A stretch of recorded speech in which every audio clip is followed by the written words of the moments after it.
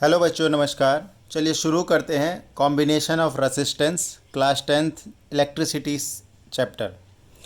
तो बच्चों देखो, दो टाइप के कॉम्बिनेशन ऑफ रेसिस्टेंस होते हैं। मतलब रेसिस्टेंस को आप दो तरीके से कंबाइन कर सकते हैं, जिसमें से पहला वाला है सीरीज़ कॉम्बिनेशन। पहला वाला है सीरीज़ कॉम्बिनेशन, ये हो गया हमारा सीरीज़ कॉम्बिनेशन। और एक दूसरा वाला होता है जिसको हम पैरेलल कॉम्बिनेशन कहते हैं। ठीक है, सबसे पहली बात, अगर एग्ज़ाम्पल की बात करें कि ये कहाँ पर यूज़ की जाती है, तो पैरेलल कॉम्बिनेशन जो है घरों में, डोमेस्टिक हाउस, हमारे घरों में जो यूज़ होती है वो पैरेलल कॉम्बिनेशन होती है रेसिस्टेंस की।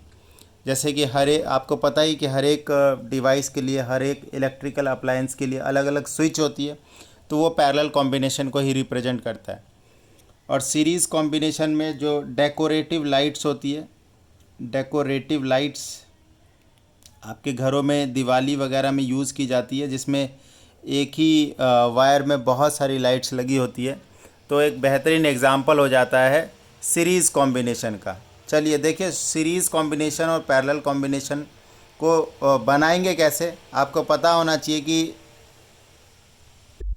देखो, जो रेसिस्टेंस का सिंबल होता है वो इस तरीके से होता है। प्रीवियस वीडियो में आपने देखी होगी। अब देखिए, जैसे सीरीज़ कॉम्बिनेशन की बात करते हैं, तो जैसे हमारे पास कई सारे रेसिस्टेंस है, मान लो दो रेसिस्टेंस है, तो इसको एक ही वायर में ऐसे जोड़ दिया जाए, या तीन हो तो तीन को ऐसे जोड़ देंगे, एक ही वायर में जुड़ी हुई होनी चाहिए। ये मान लो फर्स्ट रेसिस्टेंस है, इसका रेसिस्टेंस R1 है। ये सेकंड है, इसका रेसिस्टेंस R2 है। ये थर्ड है, इसका रेसिस्टेंस R3 है। तो जब बात करेंगे कि यार इस पॉइंट ए और बी के बीच में टोटल रेसिस्टेंस कितना हो गया, तो टोटल रेसिस्टेंस हो जाएगा R1 plus R2 plus R3। ये टोटल रेसिस्टेंस हो जाता है किन्हीं दो पॉइंट के बीच में। जब जैसे कि पैरेलल की जब बात की जाती है, तो इसमें वायर अलग अलग होती है। तो एक वायर हमने ये ले लिया और दूसरा वायर हमने यहाँ से हमने दो अलग अलग वायर ले ली। इसमें एक रेसिस्टेंस लगा देते हैं और इसमें एक रेसिस्टेंस लगा देते हैं। ठीक है, अभी मैं बहुत सिंपलिस्टिक ले रहा हूँ, आगे और इसको थोड़ा सा डिफ़िकल्ट करेंगे। ठीक है, आप पूछे कि ए और बी के बीच में कितना रेसिस्टेंस है, टोटल रेसिस्टेंस वो बताओ, तो आप बोलोगे 1/R। आर ये टोटल है, 1/R1 प्लस 1/R2, ये टोटल रेसिस्टेंस हो गया। क्लियर? लास्ट में हम इस पर क्वेश्चन भी करेंगे। तो बच्चों, वीडियो समझ में आ रही है तो आप प्लीज़ वीडियो को लाइक करें, चैनल को सब्सक्राइब करें। मेरा नाम है रविशंकर और आप सभी का आपके प्यारे से यूट्यूब चैनल पे बहुत बहुत स्वागत है। चलिए थोड़ा सा ना डेरिवेशन देखते हैं। किसी किसी बच्चे के स्कूल में या आपके स्कूल में जो है इनकी डेरिवेशन पूछी जाती है। तो मैं आपको एक चीज़ बता देता हूँ। सीरीज़ कॉम्बिनेशन में आप एक चीज़ याद रखिए कि ये जो पूरा का पूरा जो वायर है, मानो A to B में करंट वो सेम रहता है। करंट क्या रहता है? करंट सेम रहेगा। और इसमें पोटेंशियल चेंज होता है, पोटेंशियल चेंज होता है। मतलब इसको कुछ पोटेंशियल मिल रहा होगा, इसको कुछ मिल रहा होगा, इसको कुछ मिल रहा होगा, पोटेंशियल चेंज होता है बट करंट सेम रहता है। ठीक है, अब इससे क्या हो गया, मतलब यहाँ पर जितना करंट है उतना ही करंट यहाँ भी है, उतना ही करंट यहाँ भी है। पोटेंशियल जो है वो चेंज करता है। मतलब देखो, अगर हम टोटल पोटेंशियल की बात करें, ठीक है, अब हम एक काम कर रहे हैं कि यार हम दो के लिए ही कर रहे हैं, तीसरे के लिए आप अपने आप समझ जाइएगा। चलो तीनों के लिए कर देते हैं। V = V1 plus V2 plus V3। ठीक है, क्योंकि पोटेंशियल चेंज हो रहा है ना, तो जो टोटल पोटेंशियल होगा वो तीनों में जो पोटेंशियल होगा उन सब का ही सम होगा, राइट। और देखो, हमने ओम्स लॉ पढ़ा हुआ है, V = I R। V = I R Ohm's law अगर आपको नहीं पता तो आप आई थिंक सेकंड वीडियो है, प्लेलिस्ट में आपको मिल जाएगी, और प्लेलिस्ट का लिंक जो है डिस्क्रिप्शन में मिल जाएगा। ये हो गया देखो IR, ये हो गया IR1। देखो करंट सेम है इसलिए मैं सिर्फ उसको I लिख रहा हूँ, I1 नहीं लिख रहा हूँ। ये हो गया IR2, ये हो गया IR3। ठीक है, आप I कॉमन ले लो इधर से, R1 R2 प्लस R3 ये आई आर, आई से आई काट दो आप, तो टोटल रेसिस्टेंस देखो R1 plus R2 plus R3 ये हमारे पास आ गया। ठीक है, ये डेरिवेशन आती है 1-2 नंबर की आती है, आप इसको भी थोड़ा ध्यान रखिए। अब पैरेलल में चलिए, पहले हम डेरिवेशन कर लेते फिर क्वेश्चन पे आएंगे। इसमें देखो करंट जो है वो चेंज होता है, करंट चेंज होता है। कैसे चेंज होता है, जैसे देखो यहाँ ये एक वायर है, इसमें जो करंट रहेगी यही करंट स्प्लिट हो जाएगा, इधर I1 करंट और इधर जो है वो I2 करंट जाएगा। ठीक है, टोटल करंट जो है वो I1 प्लस I2 हो जाएगा। बट पोटेंशियल सेम रहता है। पोटेंशियल क्या रहता है, पोटेंशियल सेम रहता है, हर एक डिवाइस की पोटेंशियल सेम रहेगी। क्लियर है, तो करंट चेंज पोटेंशियल सेम, तो टोटल करंट क्या हो जाएगा, total current I1 plus I2 हो जाएगा। मान लो एक और होता तो I3 भी कर देते। अब देखो I equals to V upon R होता है, यहाँ से अगर ओम्स लॉ को आप देखेंगे तो I बराबर V अपॉन R, तो V अपॉन में R, R1। ठीक है, V upon R1, potential same है इसलिए सिर्फ V लिखेंगे। ये हो जाएगा V अपॉन, सॉरी ये टोटल है ना, तो ये R हो गया V upon R1, V upon R2, V upon R बराबर, देखो V कॉमन ले लो आप, 1/R1 प्लस 1/R2, V से V कट गया तो 1/R बराबर 1/R1 प्लस 1/R2। कभी कभी बुक्स में आपको ये ऐसे लिखा हुआ होगा और कभी कभी देखो इसी को थोड़ा सा और सॉल्व कर देगा कि आई आर, इधर एलसीएम ले लो, R1 R2 इसका एलसीएम हो गया और ऊपर में क्या हो जाएगा R1 प्लस R2। ठीक है, सो दैट R बराबर क्या हो गया, R1 R2 upon R1 plus R2। ये डायरेक्ट वैल्यू रखिए, आपको आंसर मिल जाएगा। ठीक है, तो होपफुली आपको ये चीज़ समझ में आ गई होगी। अब हम क्वेश्चंस लेते हैं। ठीक है, देखो क्वेश्चंस में बहुत इजी है। लेट्स से देखो एक क्वेश्चन तो यही है कि देखो 10 ओम और 10 ओम के दो रेसिस्टेंसेस सीरीज़ में लगे हुए हैं ए और बी के बीच में। बोलेगा net resistance across point A B बताओ। तो आपको पता ही है, अभी मैंने बताया कि सीरीज़ में जो है वो जुड़ जाते हैं रेसिस्टेंस, और 10 + 10 वो 20 ओम के बराबर हो जाएगा।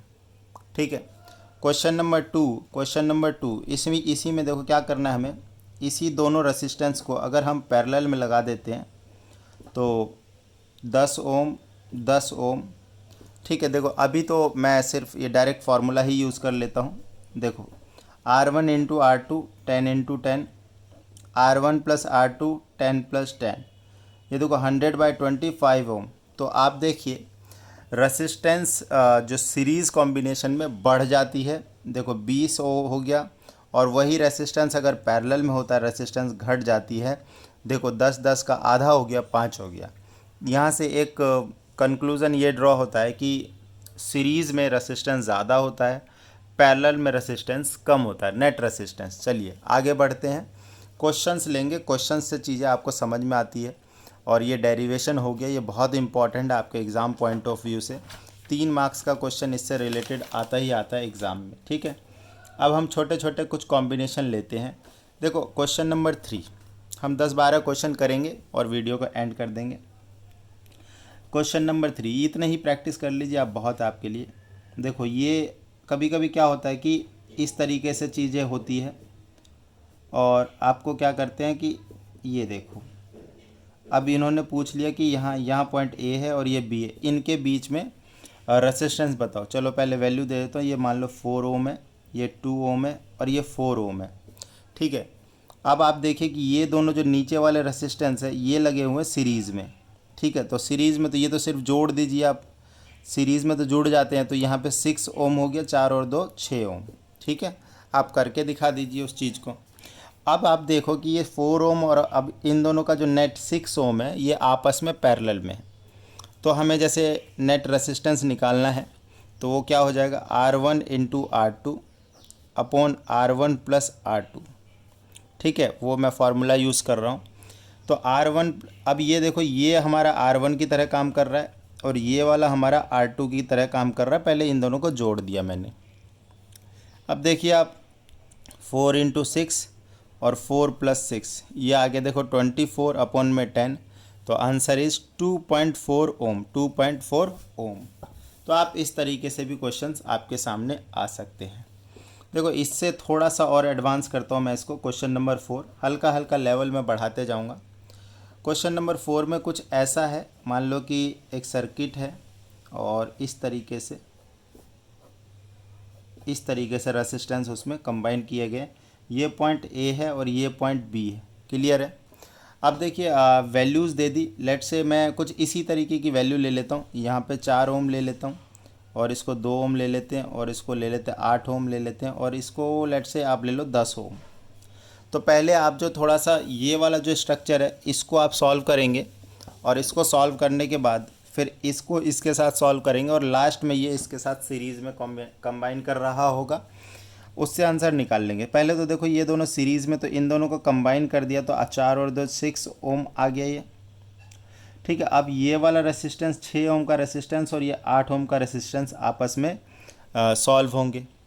ये देखो ये पैरेलल में क्या है, पैरेलल में, तो नेट रेसिस्टेंस इसका और इसका क्या आ रहा होगा, देखो R1 R2 R1 plus R2। ठीक है। तो 6 इंटू 8 अपॉन 6 प्लस 8, तो 48 अपॉन में 14। ठीक है। इसको सॉल्व करेंगे आप। ये 24 अपॉन में 7 3 और ये लगभग 3.4 ओम आएगा। अब देखो इस पूरे को सॉल्व कर लिया। पूरे को सॉल्व करने के बाद 3.4 आया। ये देखो ज़रा थोड़ा सा और सिंप्लीफाई अगर मैं बनाऊँ, यहाँ पे 10 ओम है और जब आपने इस पूरे को सॉल्व कर लिया तो आपके पास आंसर आया 3.4। तो अब देखो नेट रेसिस्टेंस क्या आ जाएगा, 10 plus 3.4, answer is 13.4 ohm, 13.4 ohm. Clear है, 13.4 ओम। चलिए ये चीज़ हो गया हमारे पास। आगे बढ़ते हैं। क्वेश्चन नंबर 5, थोड़ा सा क्वेश्चन को और डिफ़िकल्ट बनाते हैं। क्वेश्चन को थोड़ा सा और डिफ़िकल्ट बनाते हैं। वो कैसे होगा, देखो आप यहाँ पर आप इसमें 3 ले सकते हैं। एक तो वो तरीका है और एक तरीका ये है कि थोड़ा सा सोचते हैं भैया और क्या क्या हो सकता है इसमें।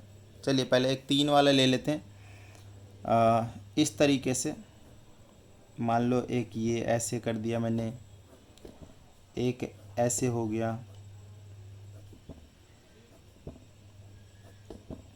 देखो ये इस तरीके से रेसिस्टेंस कंबाइन हो गए। ये पॉइंट ए है और ये पॉइंट बी है, इन दोनों के बीच में निकालना है। और वैल्यूज़ ले लेते हैं। वैल्यूज़ अपन छोटे छोटे ले लेते हैं। मान लो कि ये 4 ओम है, ये 2 ओम है, ये 6 ओम है, ये 3 ओम है, ये 4 ओम है, ये 3 ओम है। ठीक है। तो ये देखिए आपको दिख ही रहा होगा कि यार 3 अलग अलग वायर है। तो पहले इन दोनों को जोड़ दो तो एक सिंगल रेसिस्टेंस बना दो इसका। 4 और 2 6 ओम हो गया। और फिर इन तीनों को जोड़ दो, तो इन तीनों को जोड़ोगे तो ये कितना हो जाएगा, देखो 3 4 3 7 3 10 ओम हो गया, 10 ohm. This is 10 ohm. Okay. अब देखो ये 6 ओम, ये 10 ओम और ये वाला कितना था, 4 2 6। ओके ये खुद भी 6 ओम है। ठीक है।